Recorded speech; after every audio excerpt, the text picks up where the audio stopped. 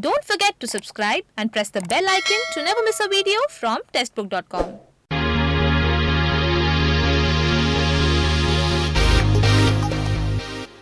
Hello everyone, welcome to Testbook.com. This is Anjali, your mentor for English. So today we are here again with a new topic for your English, that is figures of speech.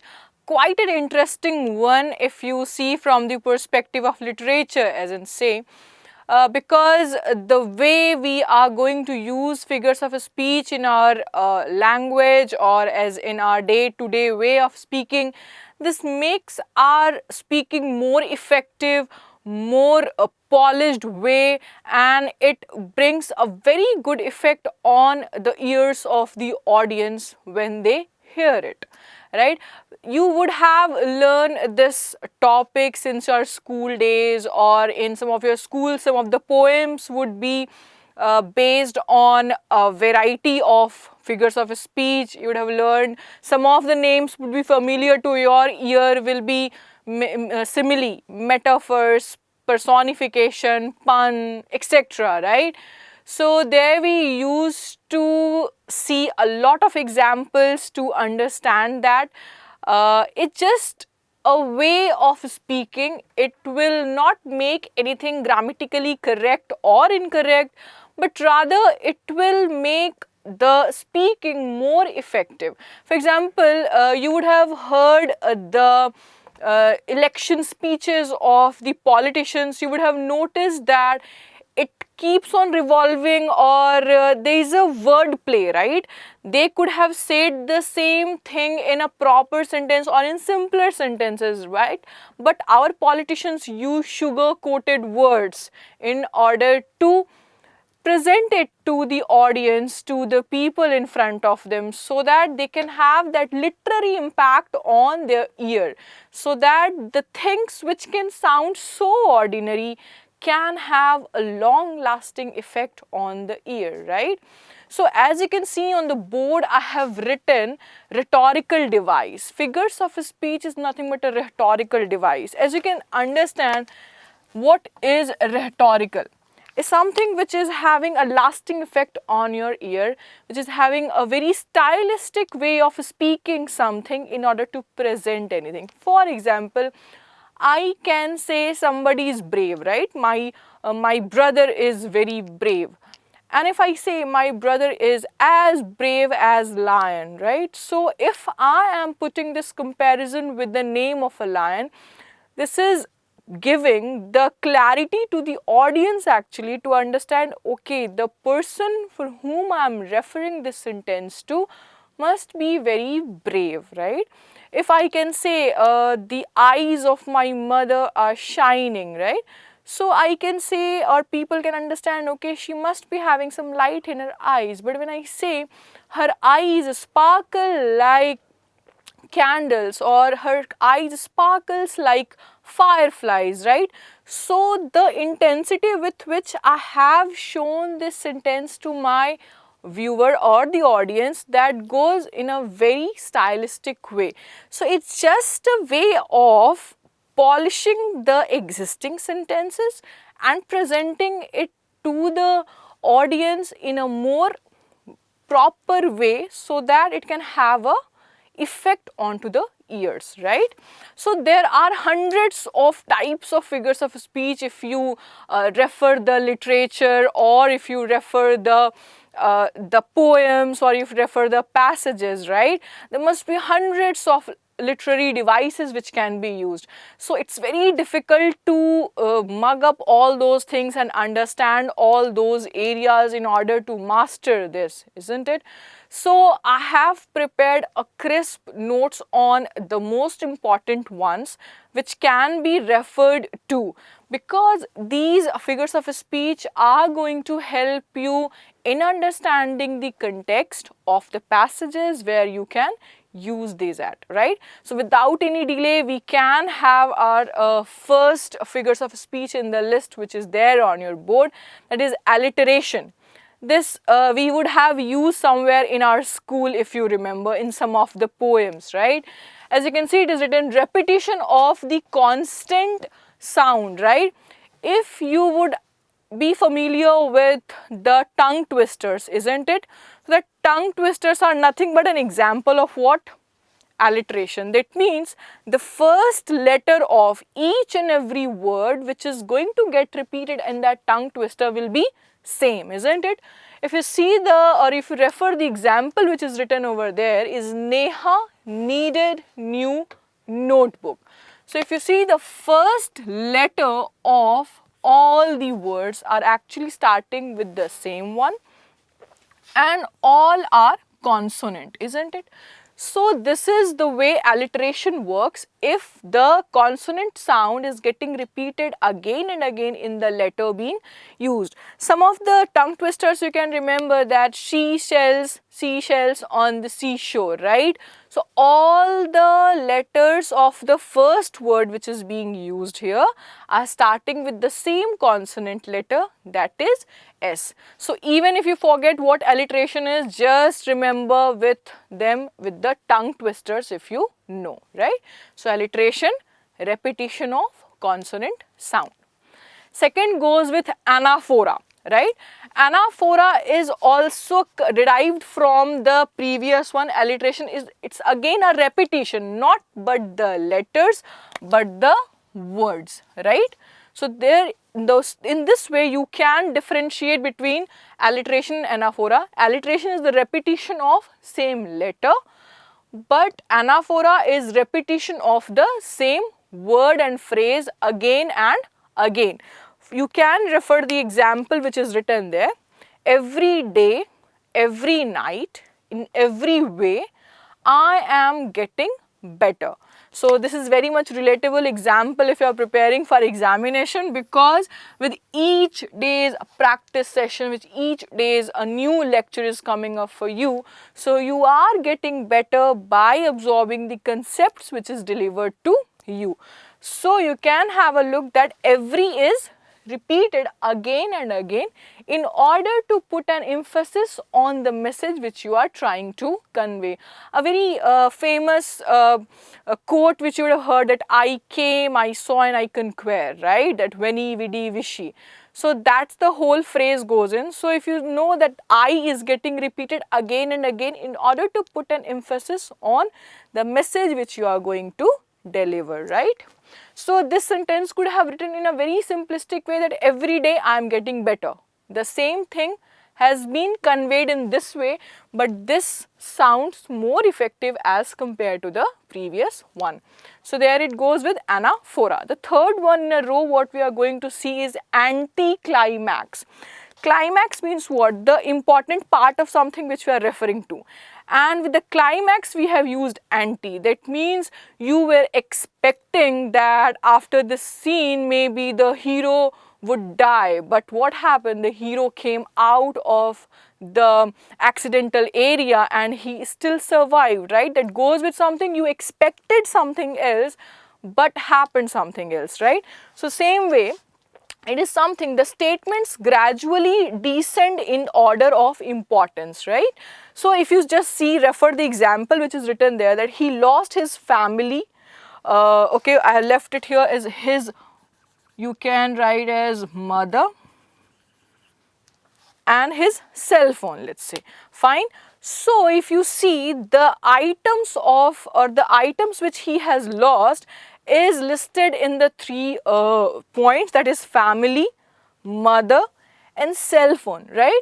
When somebody has quoted family, that means everything what he had, he lost it, right? So that goes with the one which is given more priority, right? Family includes mother as well, but still he mentioned mother as a single person over there, right? And after that he has used cell phone for it, right? So if you see the order of the importance, so you can feel that family comes as a bigger umbrella, then comes the mother, and then comes an entity that goes with cell phone, right? So if somebody has lost his family, in comparison to that, a cell phone would matter? No, to that person, right? So in anticlimax, what happens? The statements what you are possessing in, the list which you have presented, the order will decrease in terms of importance, right? The next figures of speech in a row, what we are going to see is the antithesis, right? The antithesis, as the name suggests, that means placement of contradicting ideas in the same part of the sentence, right? Usually what is the nature of the sentence we frame, right? The ideas which we are putting in a sentence should be pointing towards single direction. If we have started our sentence in an affirmation or in a positive way, the sentence should end in a positive way, right? But if the sentence has been started in a negative way, that must end in a negative sense only. If we are placing the positive and negative both in the same context, there comes the uses of this figures of speech. As you can see, the example which I have written on the board is, to err is human, to forgive is divine. That means somebody who does a mistake is a trait of whom? Human. But if somebody forgives, right, if somebody forget what bad has been done to him or her, that is a trait of a divine thing, right? So divine is actually referring to the trait of God, right? So in the first half of this sentence, we are actually talking about the negative aspect of the human, that is to perform mistake. But the same mistake, if a person can or if anybody forgives, right? So that goes with the trait of whom? Divine or in God. So that goes with antithesis. As soon as this anti will come to any of the figure of speech, that will always be talking about the contradiction of the ideas. For example, previously we saw anticlimax and this one is antithesis. So the similarity which you can draw out of these two examples is the contradiction what we are giving in a sentence, right? I hope this would be clear to all of you. Moving on to the fifth one we have on your board is euphemism. Euphemism is the mild or indirect way to substitute a harsh comment. You have to tell somebody which can be sounding so harsh, right? But you don't want to sound that harsh and you want to express your feeling in a mild way, right? So you want to substitute those words with an easy one so that the person whom you are speaking to shouldn't feel bad about it, right? So you want to refer that somebody died in your home, so you can use that somebody passed away, right? So that might not sound that harsh. In other way we can say, if you are as a manager, you have to fire somebody from your organization. So if you are going to use I'm firing you from my company can sound a bit harsh to the person you are referring to. So as a good trait of a manager, you can say, as a matter of deed, we have to let you go as of now. We don't have the requirement, right? So it's just the way you mold your words so that the message can also be conveyed to the person, and at the same time the person sitting in front of you shouldn't be offended in a way, right? So it's just the substitution of the mild or indirect way of speaking the same harsh comment so that your speech won't hurt anybody, right? So the next one is hyperbole, right? This word must be familiar in terms of your maths if you would have done. Hyperbole is a figure which can be used in your geometry, somewhat similar to the one which we are going to study right now. Hyperbole is the way of exaggeration. For example, I asked you that what are your plans for tomorrow. You say, I have tons of things to do at home, right? There might be 1 or 2 or 5 work to be done, right? But there cannot be tons of things to do at one. So you are just exaggerating the way you can speak something, right? For example, the thing which I have written over the board is, I could do this forever. For example, you like writing a book, right? So once the book is over, what will you do? But while writing that book, you were so deep embedded into that you have told that I could do this forever, right? That means you can do it for some of the time, but obviously a person cannot repeatedly do the same task again and again. You can say, I have seen a DDLJ movie 100 number of times. You would have seen it, right? 4 to 5 or 10 times, let's say, but it would be so difficult that to find out if a person has actually seen the same movie for 100 times in a row or not. So it's just an exaggerated way of speaking the things, which can be spoken in a very mild way as well, right? So here we completed antithesis, euphemism and hyperbole. So here we have again the new 3 sets of figures of speech. As you can see, the 7th one which I have written is again a very familiar one, which I have given an example in the starting of the session as well. That is metaphor, right? Metaphor and simile works hand by hand, if you see, right? We will just see these 2 figures of speech together. Both of them works in a similar way, that is comparison. Whatever sentences which you are going to use and you will display the uses of metaphor and simile, that will always have a comparison between 2 dissimilar things, but they will be having something in common between them, right? But the only thing which is getting added to the simile is you are comparing 2 things using what? As and like, but there is no such uses has been implied for metaphor, right? So in metaphor and in simile, both you are comparing 2 things, but in simile you are making use of these extra words as and like. So the example which you can see in metaphor is written as the world is a stage, right? So you actually try to say the world which we are actually living in is just like a stage. Stage in the sense everything will get set up, will come as a puppet or as an actor and actress, will perform our duties, and someday will again be shifted back to the curtains of the stage, right? So this world has been compared with a stage, right? So we haven't said that world is like a stage, rather we have just said it, world is a stage. So the person who is performing on a stage is similar to the human beings who come in the world and go, right? So that's why this world is a stage is a direct comparison between world and stage. In the second example for simile, if you see, she fights like a lioness. That means she must be a brave one, because we compared her with what? Lioness, and lioness symbolizes what? The bravery, the boldness, right? So here we make use of what? Like. But in the metaphor, we didn't make use of any extra words such as like or as. Fine.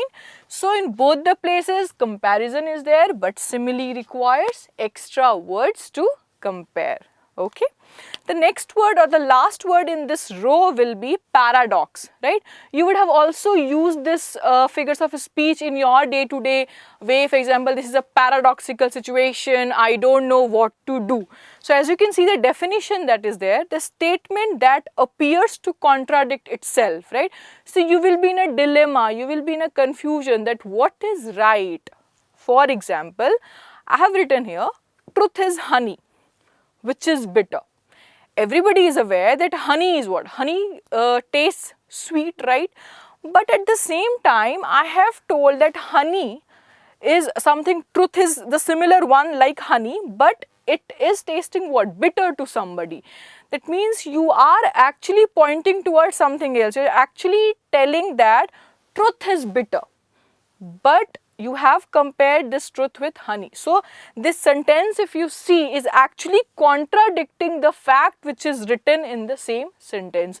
So this is the beauty of this paradox, is it, that you try to play with words in such a beautiful way that you will be writing something in front of it, but the meaning will be revolving around in a very indirect way. For example, I said, my sister is jealous of me because I am the only daughter of my parents. Now understand, is it going to apply anywhere? Because I am saying that I am the only child, right? So where comes my sister in? Right? So this is the sentence with which we can display the paradox. We are saying something else, but the meaning which is coming in, which will actually put you in dilemma or in confusing state, that how this can happen actually, right? So in this way, we saw some odd 9 types of figures of speech in our first session. You can make use of lots of examples in your day-to-day uses, so that the way you're speaking in front of somebody will be sounding so effective to it. So the next time when you are talking to your friend and you liked his work, for example, he or she must be a poet, right?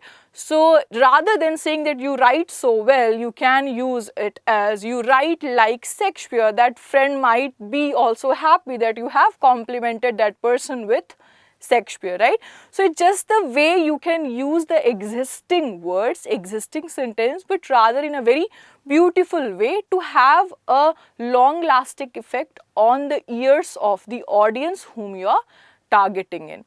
So till the next time when we meet in our class with the new sets of figures of speech, keep practicing the questions, guys, and a very happy learning to all of you. Thank you.